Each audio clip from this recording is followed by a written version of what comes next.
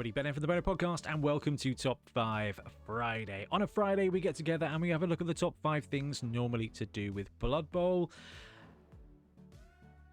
It's all vampires right now, right? Yesterday we saw at the Nova preview the next team from Games Workshop, which is going to be vampires. So vampires are coming back. Now, it was the middle of the night, and you can tell very much from the commentators on the day that actually it was the middle of the night and they wanted to wrap up. So not a huge amount of detail was given, but the way Games Workshop release their teams, what we normally get is, hey, this team's coming out, and then we start seeing some articles drop with more details. Now, there was a few things they did touch on in the stream. The first being that vampires have now got positionals, and secondly that Bloodthirst is going to come back. Apart from that, we didn't find out a huge amount about the team, so it's left me with some questions, left me with some things that I'm very eager to find out, and hopefully we'll hit it next week. I don't know if it's going to be next week or if it's going to take longer, because there's so much that Games Workshop are dropping at the moment. Vampires, prime October release, right? Primed for Halloween, so it could be that they wait for 8 weeks before they drop this team. It could be that it's up for pre-order next weekend. I don't know, but what it has left me with is 5 burning questions about the new vampire team.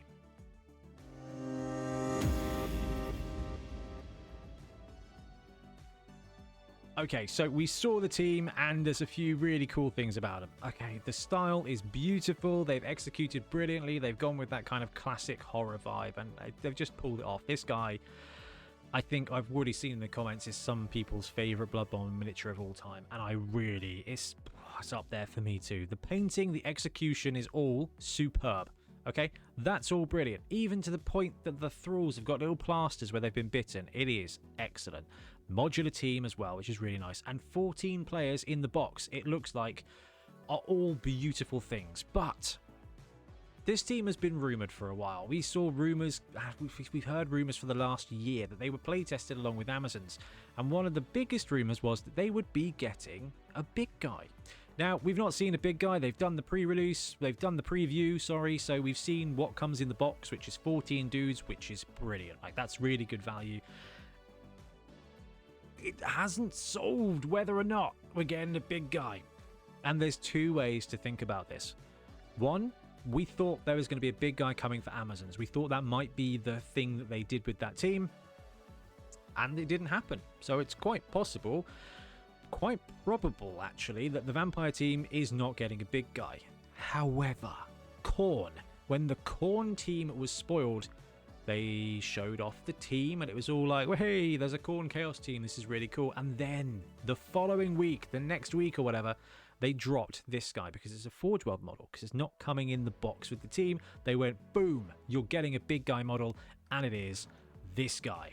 So, I guess, I personally think that they probably won't go with it now because they've gone and jazzed up the team enough that it's interesting enough that they potentially don't need to do that. But it's Blood Bowl. I love big guys in Blood Bowl, so I am still... I think they've done enough, but if they drop a big guy for vampires, it goes from being a, oh, cool, interesting team, to potentially one of the most just really exciting releases in a long time. So, I'm still holding out. Question number 5 for me, are they going to get a big guy? Probably not, but maybe.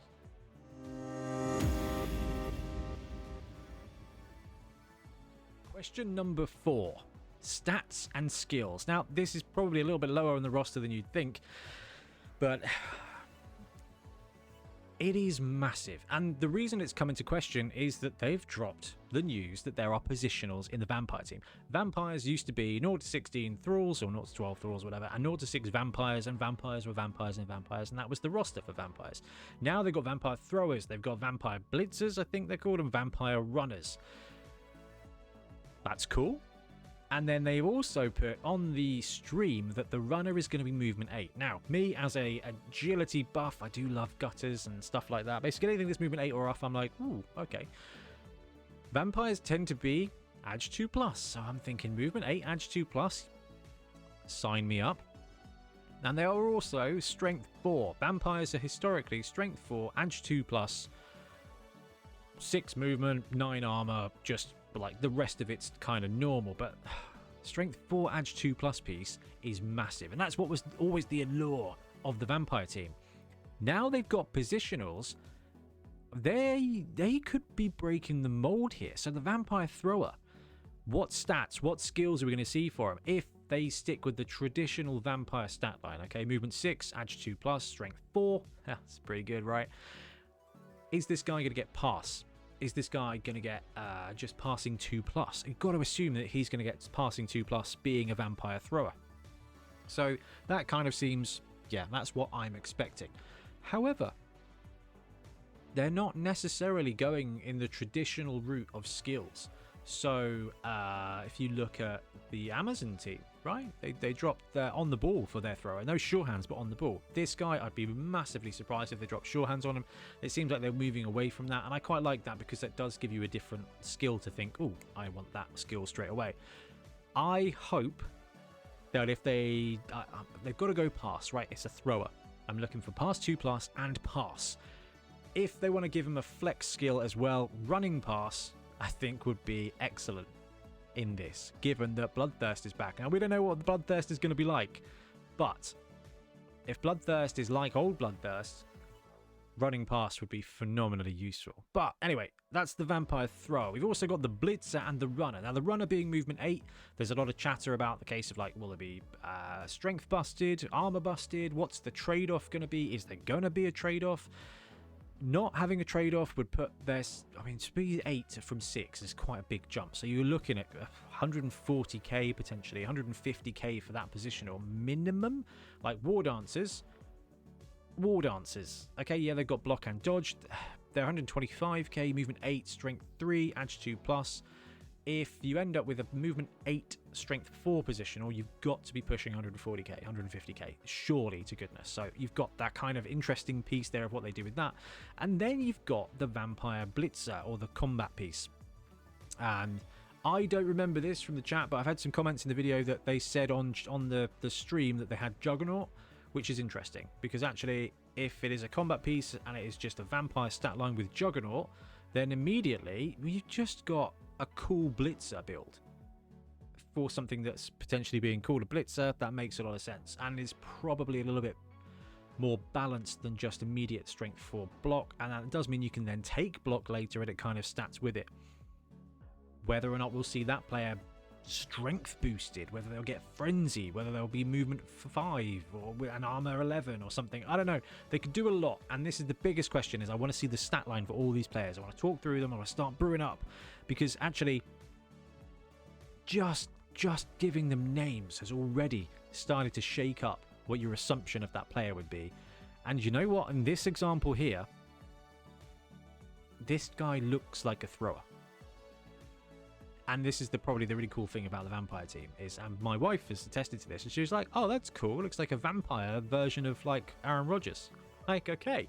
So they've taken a model, they've made it look like a vampire, and they've made it look like he's throwing the football, and they've actually nailed it.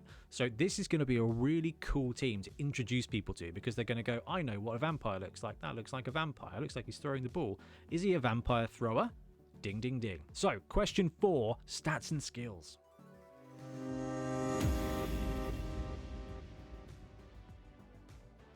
3, what does the roster look like?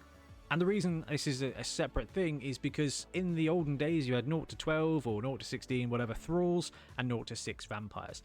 Now we've got vampire positionals. I mean, I did talk about this on the pre-release video, the preview video. There's 2 of each of these positionals in the box, right? You've got 2 of the thrower models, you've got 2 of the runner models, you've got 2 of the blitzer models. They've got cool alternate parts, which is interesting because it means that this thrower over here has got this weird vampire vibe to him. Now, he does still have the ball, because at first I thought, oh, is there a different positional that you can kind of build out of it, like the runt punter on the ogre team? But I think the ogre team is probably a really good place to start. They changed the ogre roster. They had 0 to 6 ogres. In the new roster, they introduced the runt punter, but they just kept 0 to 6 total ogres, and it worked really well. For the vampires, we've got runners, we've got throwers, we've got blitzers.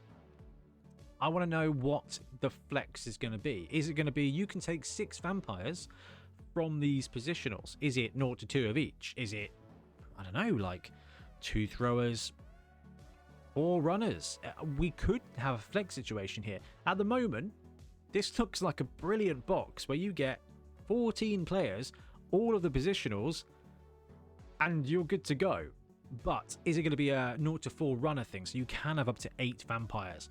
I don't know, and that, I guess, is one of the most burning questions that I have, is because that's going to really dictate how we feel about this team. If this is a 1-drop box, this is awesome.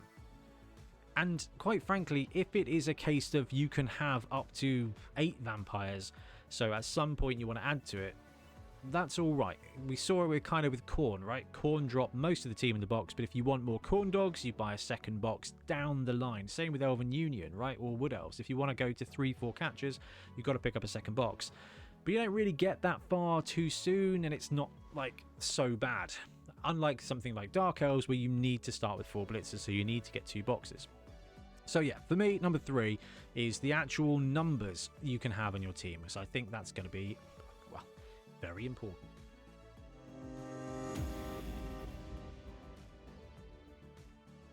Number 2, what stars are we going to see? Now, we've already seen Ivan, the Animal Death Shroud, who is a Sylvanian Spotlight star player.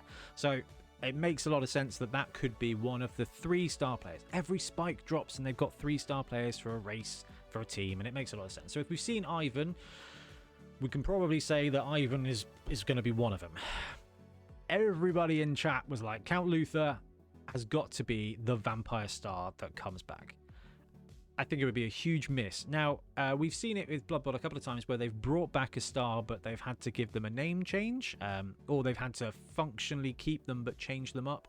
So I'm kind of thinking like there used to be Boomer Esiason, and I feel like they brought him back and replaced him with Thorsten Stoutmead instead. That kind of thing. Bryce the Slice. It's always been Bryce the Slice? I don't know, maybe.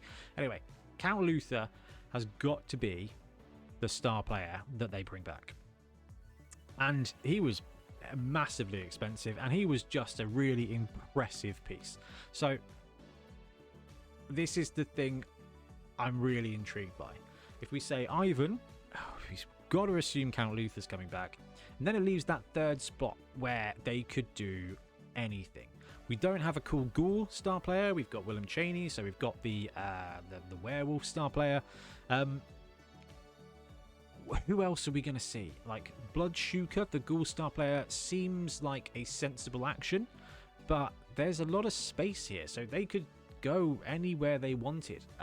They could produce new star players. We haven't seen a vampire secret weapon. Like, this is something that we've got to say Games Workshop have done a brilliant job of recently, is just kind of exploring the adjacent design space when it comes to stars. Yeah, I know sometimes they may have made them a little bit too potent, but a lot of the time it's just a lot of fun, and they're like, oh, that's cool. The last 2 releases have been spot on. If you think about what they did with Norse and what they did with Amazons, each of the star players have been really interesting. I don't think any of them have been auto picks. Kind of like the 2 Amazon, like Drool and Dribble and Frog Lady, have been pretty effective, but they're not like oppressive. It's not like, oh, another hack phlegm. So whatever they do, I think is going to be interesting, and there's so much room. They could produce a big raging vampire star player. They could produce a little Igor star player, a chainsaw dude, a ghost that isn't terrible. I am well excited to see where they go with the star players, because actually from a design point of view, from a rules point of view, and just an execution point of view, what they're doing at the moment is a ton of fun. And, you know, from a personal point of view as well, the third-party stuff gives you even more fun in the same design space. So, number 2 for me, who is coming back?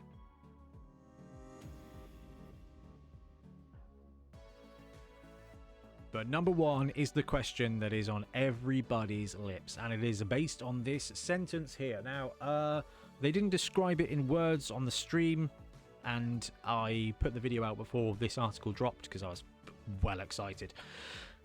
But that's about to change. Here we go. A brand new plastic vampire Blood Bowl team is coming to a stadium near you now with added positionals and an updated Bloodlust trait. So for all of this edition, vampires have been using animal savagery, which, to be fair, has been really interesting. But it hasn't felt particularly vampire-y. The old vampire team was such a unique gameplay challenge that it was just charming. It was as charming as it was challenging. And the fact that they're bringing back Bloodlust is very interesting to me. So this is why it's my number one question, is how is the new Bloodlust going to work? Is it going to be what Bloodlust used to be? What are they going to do to change it? Can a vampire bite another vampire? You've got to assume not. Can it be at the beginning of a move instead of the end of the move? You know, the old Bloodlust, for those of you who didn't know, you activated your ogre. You activated your vampire and you rolled. Same as you would for like Bloodlust. Not Bloodlust, for like Bonehead. That's why I'm thinking of ogres. If you roll a 1, your vampire is bloodlusty, and at the end of their move, the end of their activation, they have to eat a thrall, bite a thrall, and it's, you know, similar to animal savagery. But animal savagery happens at the beginning, bloodlust happened at the end.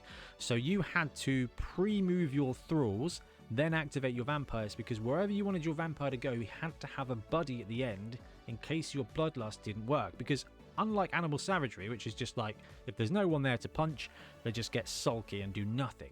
That's quite a problem. In the old rules for bloodlust, if you failed bloodlust and at the end of your activation you couldn't chomp anybody, they just ran off into the crowd and ate a crowd member instead. So you lost your vampire, and I'm pretty sure it was a turnover as well. So in this new edition of Blood Bowl,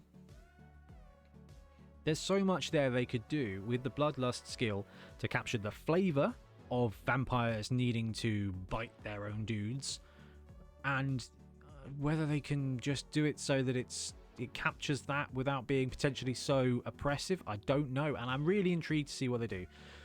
But for me, I guess my biggest thing is if they literally just took old Bloodlust and put it into this edition, that would still be, I think, a massive win, because not only would it just more thematic, but I mean, you know me, I like a gameplay challenge, and actually having Bloodlust come back as it was in the old edition would make vampires a really interesting puzzle to solve. And now with these positionals as well, it creates such a three-dimensional difficulty of playing the team. I guess fair warning, vampires in the old edition were one of the worst teams in Blood Bowl. They were fun, they could combo, they were a great challenge, but they were down there with Tomb Kings and Nurgle as just being like challenging. Tomb Kings have done great in this edition, Nurgle have not, and vampires, if Bloodlust comes back, we could see them be hurt a bit.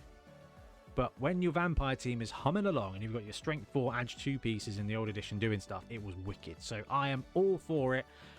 But I think I actually trust the Blood Bowl guys these days to take that Bloodlust trait and make it even better than it was before. So I am super intrigued, but my number one question, and I imagine that everybody out there is asking the same thing, what will Bloodlust be? And believe me, the second we find out, we'll have a video out. Anyway, let me know what you're excited for with vampires, whether you like the release, whether you're just... let's talk about vampires because it's so much fun. In the meantime, I'm going to disappear. Thank you very much for watching. We'll be back soon with more Blood Bowl content. Happy chomping? Thanks very much for watching. We really appreciate your support. If you want to support the channel even further, please like and subscribe. It really does help us out. Or come join us on YouTube members or in Patreon, where you can get exclusive access to some content, some loot, early access to basically everything we do, as well as regular competitions. Or you can pick up some Bonehead Podcast loot either on our website at boneheadpodcast.com. We've got the Dungeon Bowl things, we've got tokens and stuff like that, or on our Spreadshirt site as well. Everything you do just helps us make more content and hopefully do it of better quality. Anyway, thank you very much for watching. Happy blocking.